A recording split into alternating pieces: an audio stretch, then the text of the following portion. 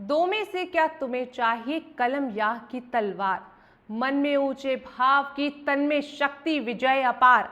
अंधकक्ष में बहटे रचोगे ऊंचे मीठे गान, या तलवार पकड़ जीतोगे बाहर का मैदान।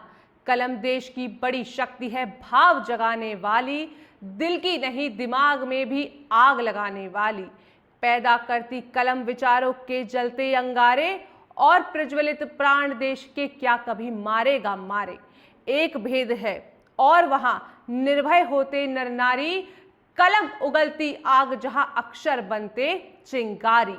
जहां मनुष्य के भीतर हरदम जलते हैं शोले, बादल में बिजली होते होते दिमाग में गोले। जहां पालते लोग लहू में हलाहल की धार, क्या चिंता यदि वहां हाथों में नहीं हुई तलवार। कविता है महान रामधारी सिंह दिनकर की।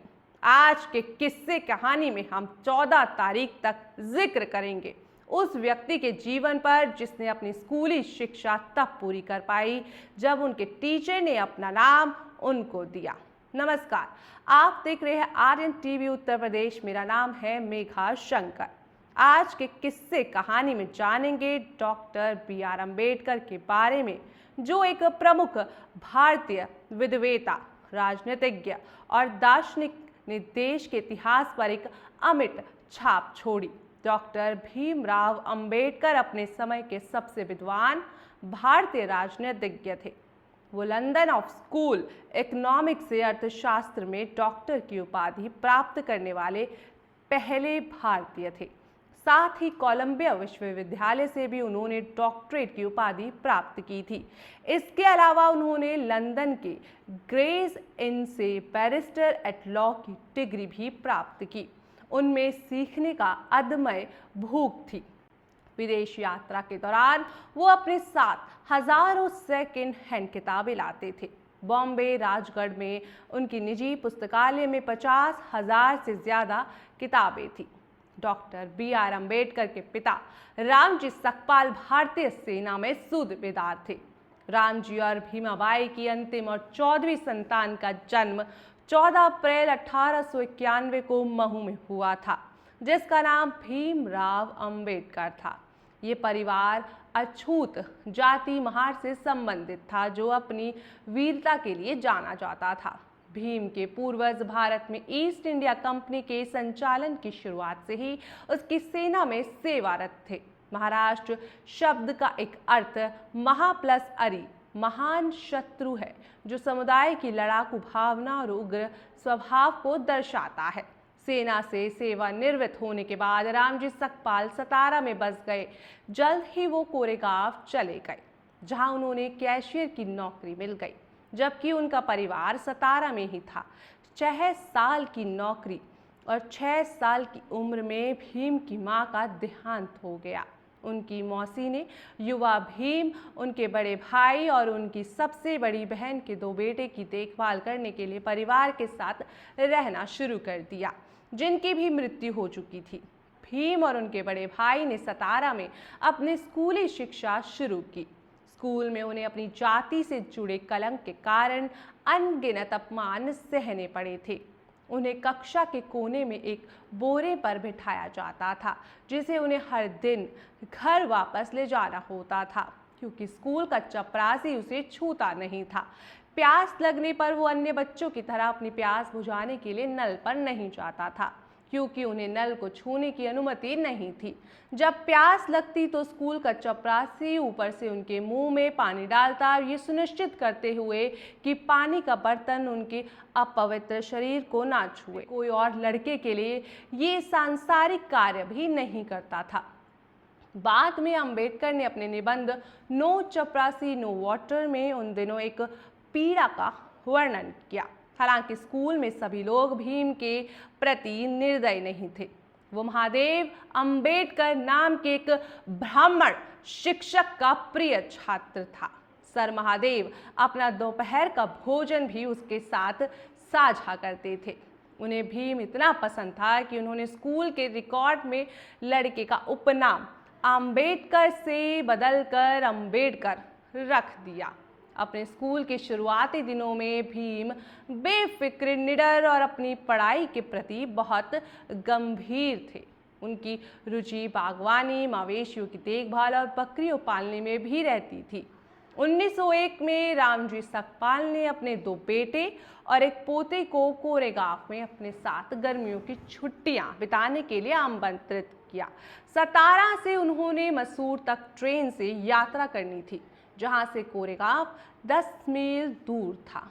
ये युवा लड़का के लिए बहुत ही रोमांचक प्रस्ताव था, क्योंकि उन्होंने पहले कभी ट्रेन से यात्रा नहीं की थी। छुट्टियों के लिए नए कपड़ों की सिलाई सहित बड़ी तैयारियां की गई। जब ट्रेन मसूर पहुंची तो लड़कों को ये जानकर आश्चर्य हुआ कि उनके पिता उन्हें लेने नहीं आए हैं। बाद में पता चला कि उनका पत्र समय पर उनके पिता तक नहीं पहुंचा था। उन्होंने कोरेगांव पहुंचने के लिए एक गाड़ी किराए पर लेने का फैसला किया, लेकिन जब गाड़ी मालिकों को पता चला कि वो महार हैं तो उन्होंने उन्हें सवारी देने से इनकार कर दिया।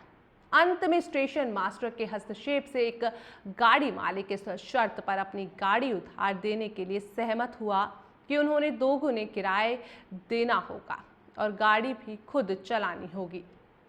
रास्ते में जब उन्होंने घर से लाया हुआ खाना खाना चाहा तो कोई भी उन्हें पानी देने को तैयार नहीं हुआ। भीम को पता था कि वो अछूत है और उसे एक निश्चित आचार संहिता का पालन करना पड़ता है, लेकिन इससे पहले उसे इस तरह के अमानवीय व्यवहार और अपमान का सामना नहीं करना पड़ता था। इसने उसे अछूत प्रथा के बारे में सोचने पर मजबूर कर दिया। अंबेडकर अपनी जीवनी वेटिंग फॉर ए वीज़ा में लिखते हैं, ये घटना मेरे जीवन में बहुत महत्वपूर्ण स्थान रखती है। जब ये घटना हुई तब मैं 9 साल का था, लेकिन इसने मेरे मन पर एक अमिट छाप छोड़ी है। जब भीम लगभग 10 वर्ष के थे, उनके पिता ने दूसरी शादी करने का फैसला किया। भीम को यह विचार पसंद नहीं था कि कोई दूसरी महिला उसकी माँ की जगह ले और उसके गहने पहने।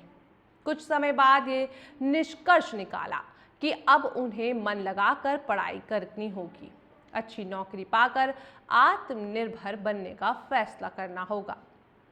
उस दिन से उन्होंने अपनी भागदौड़ वाली आदतें छोड़ दी और खुद को पढ़ाई के लिए समर्पित कर दिया। ये आत्म प्रेरणा न केवल उस लड़के के लिए बल्कि पूरे देश के लिए जीवन को बदलने वाली घटना साबित हुई। 1904 में परिवार सतारा से बॉम्बे चला गया। भीम और उनके भाई को एलिफिंस्टन स्कूल में भर्ती कराया गया। उन्हें नए स्कूल में भी जातिगत भेदभाव का सामना करना पड़ा। उन्हें संस्कृत को दूसरी भाषा के रूप में लेने की अनुमति नहीं थी, क्योंकि ब्राह्मण संस्कृत शिक्षक शूद्रों को वेदों की भाषा नहीं पढ़ाते थे। इनकी इच्छा के विरुद्ध उन्हें फारसी को अपनी दूसरी भाषा के रूप में चुनना पड़ा। बाद में भीम ने वेदों और हिंदू के धर्म ग्रंथों का प्रत्यक्ष ज्ञान प्राप्त करने के लिए संस्कृत का अध्ययन किया। उन्होंने संस्कृत को साहित्य और व्याकरण का खजाना बताया और कहा कि ये फारसी से कहीं बेहतर है। स्कूल में एक शिक्षक भीम को स्कूल छोड़ने के लिए परेशान करता रहता था, क्योंकि उनके अनुसार अछूतों के लिए शिक्षा प्राप्त करना बेकार है। शिक्षक की लगातार डांट से तंग आकर एक दिन भीम ने गुस्से में शिक्षक को कहा कि वो अपने काम से काम रखे। जब दोनों भाई माध्यमिक विद्यालय में पहुंचे तो रामजी सकपाल की अल्प पेंशन उन दोनों की फीस भरने के लिए पर्याप्त नहीं थी। भीम के बड़े भाई आनंद राव को स्कूल छोड़ना पड़ा ताकि उनके अधिक होनहार छोटे भाई अपनी शिक्षा जारी रख सके। भीम को स्कूल के पाठ्यक्रम में निर्धारित पुस्तकों के अलावा अन्य पुस्तकों के पढ़ने की बहुत गहरी रुचि थी। उसके जीवन की क्षितिज और ज्ञान का विस्तार हुआ, लेकिन उनके स्कूल के प्रदर्शन पर असर पड़ा। भीम के पिता उन्हें ये पुस्तक खरीदने के लिए पैसे देते थे। कभी कभी अपनी विवाहित बेटियों से पैसे उधार लेते थे और कभी कभी उनके गहने भी गिरवी रख देते थे। भीम ने 1907 में मैट्रिक पास किया। महार समुदाय के लिए भी उनके बीच से एक दुर्लभ मैट्रिक पास होना गर्व की बात थी। उनके पिता ने भीम के लिए एक सुविधा समारोह का आयोजन किया। इस समारोह में मराठी लेखक और विल्सन हाई स्कूल के शिक्षक अर्जुन केलकुस्कर भी आमंत्रित किया गया। उन्होंने इस अवसर पर भीम को बुद्ध की जीवनी भेंट की। मैट्रिकुलेशन के तुरंत बाद 15 साल की उम्र में भीम की शादी हो गई। उनकी पत्नी रामाबाई उस समय सिर्फ 9 साल की थी। विवाह का स्थान बंबई के बायाकुला बाजार का एक खुला रोड शो था, जिसमें पत्थर के चबूतरे, बेंच और टेबल के रूप में इस्तेमाल किए गए थे। विवाह रात के समय हुआ और भोर से पहले विक्रेताओं को अपना व्यवसाय फिर से शुरू करने के लिए जगह खाली करनी थी। शादी के बाद जब भीम ने कॉलेजों में प्रवेश किया तो पैसे की कमी ने एक बार फिर उनकी शिक्षा को बाधित करने का खतरा पैदा कर दिया। लेकिन एक बार फिर किस्मत ने साथ दिया। एक बार फिर एक उदार व्यक्ति, दानशील और शाही परोपकारी व्यक्ति उनकी मदद के लिए आगे आए, जो वो भी एक अच्छे समाज से माने जाते हैं।